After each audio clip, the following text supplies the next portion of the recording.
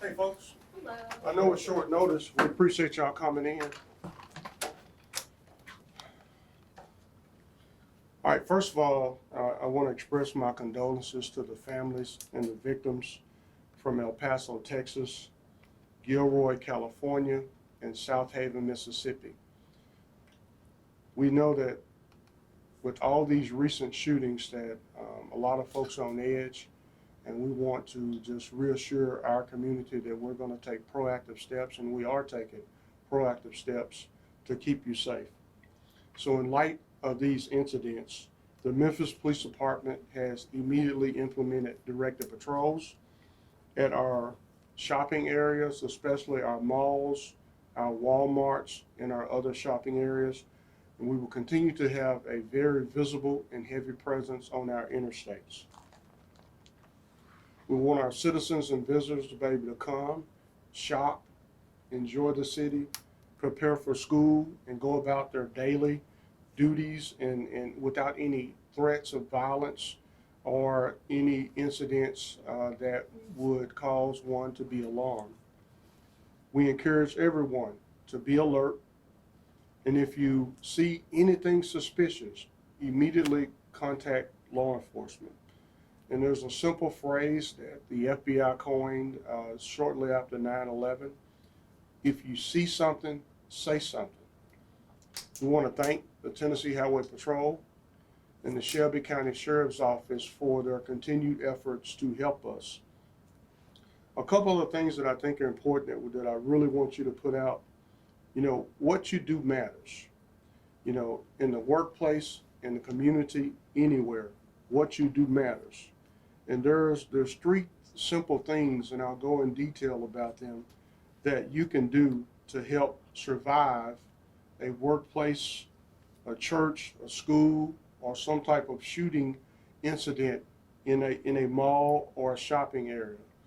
And it's simply avoid, deny, defend. Avoid, deny, defend. I'll get into those in detail, but before, know your surroundings when you're out and about. Have a plan. Use willpower and choose to survive. So MPD has adopted an alert model taken from the center at Texas State University.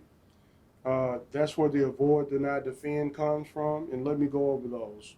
And Lewis is going to give you a handout of this information that I really would appreciate if you post on your website. We're going to post on our Facebook. Call 911 as soon as you can if you're in a safe location. I noticed that a lot of people are videoing these incidents and they're not running to safety. They're too caught up on getting video and not concerned about their safety. I'm not so sure if that's the smartest thing to do. Provide information of the clothing descriptions, the height, the weight, etc. Understand that the dispatcher is going to ask a number of questions to get more information. If you don't know what the dispatcher is asking you, please do not guess. Just tell them you don't know. But a description starting from the head to the feet. You know, obviously hair, color, complexion, size, height, all those things. Male, female, if you could describe the gun, the detailed clothing. So on the avoid, situational awareness, be aware of your surroundings like I said. Don't hesitate to leave if it doesn't look safe. Exit from the closest exit that you can find, and don't limit yourself to doors. If you have to jump out of a window to escape, jump out of a window. If you have to break a window or a door like the lady at Walmart described, break that door down and get out of that area. Deny access. If you're in the malls, lock the doors. We work with the malls pretty extensively and taught them lockdown procedures. And so you want to get behind a locked door, and you want to turn the lights off and stay out of sight. Close the doors, lock the doors, barricade the doors. If you got to stack chairs, furniture, do those things. If you have to strap a belt, strap a door closed with a belt, do that. And defend. That's where that tough mindset comes in. Fight if your life depends on it, because it does. Be aggressive. You don't have to quit. Fight until the attacker quits. you are never helpless because what you do matters. So wishing to win is not enough. You have to have a plan of action. So media, you can also do something. And if you've seen this kind of change all over the nation, don't name them. We don't want to give credit to these active shooters. We want to focus on our first responders. We want to focus on our citizens who have helped. We do not want to give attention to these individuals that sometimes seek media attention, trying to one-up the last person. So remember, suspicious activity, we want you to report it. You can call our non-emergency number at 545-COPS. Call 911. Avoid, deny, defend, and know that your police department is concerned about your safety, not just on the interstates, but in your schools, your places of worship, your malls, as you go about doing your everyday lives. And now we'll take a few questions. Let's start on this end. Yeah, and I saw you mentioned some of the other shootings that happened earlier today. What's the type of measures that you are taking? How do you hope that will affect some of the safety precautions that you're trying to address? So Deputy Chief Paul Wright is over uniform patrol. So Paul, come on in and talk about those things.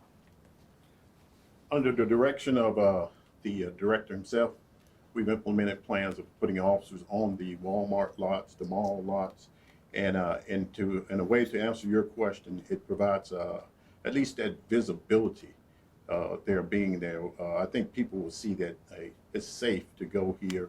Officers are here, they're watching out for us. So I think that alone will give a person that comfort they need. Thanks, Chief.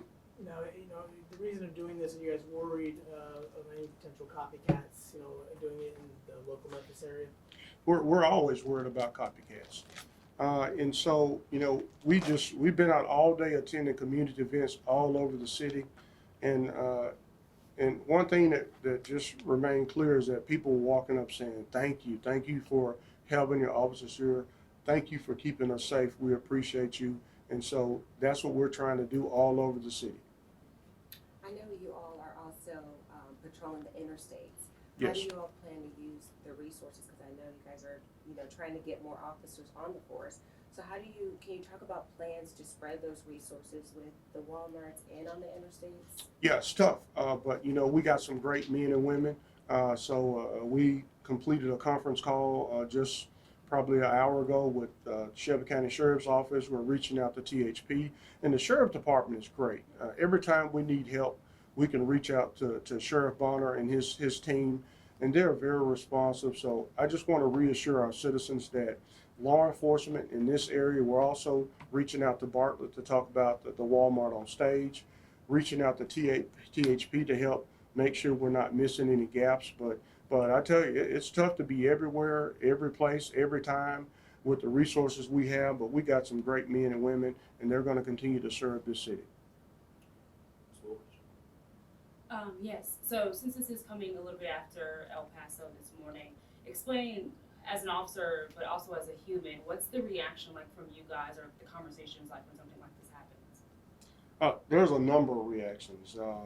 As you know, we law enforcement needs to know what's going on. As you know, we're hindered right now by the consent decree, and I hope that as we continue to work with the courts and work with our monitor, we'll come up with some solutions, some methods, some measures to do what law enforcement does all over the nation to keep people safe. I immediately started hearing about this individual may have posted something on social media platforms, but again, I just hope that we work with the courts and work with our monitor to make sure we can do our job. Director Rallings, do you guys do active shooter drills, and how prepared do you believe the Memphis Police Department is in case a scenario like this happens in our area? So great question. Yes, we do.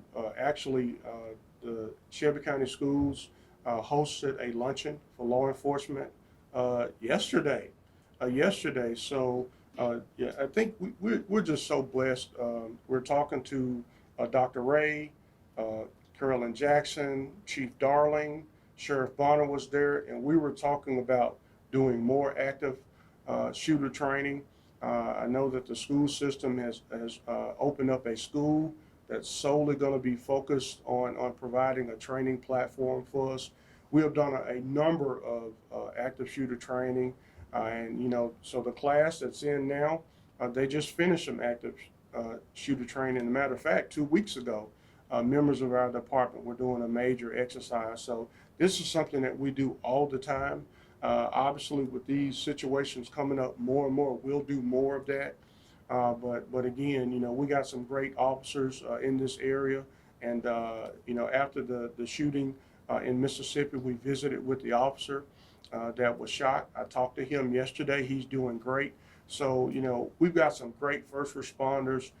They put themselves in harm's way, but they go to work every day, and they put their life on the line, and we should be very thankful for them. Any other questions? All right, thanks, guys. Thank you. Thank you. Appreciate it. Is this gonna be implemented like immediately? Yes. Okay, We're going on right now. gotcha, okay, thank you. Right, we'll work on it. Thank you guys. Okay, your handshake.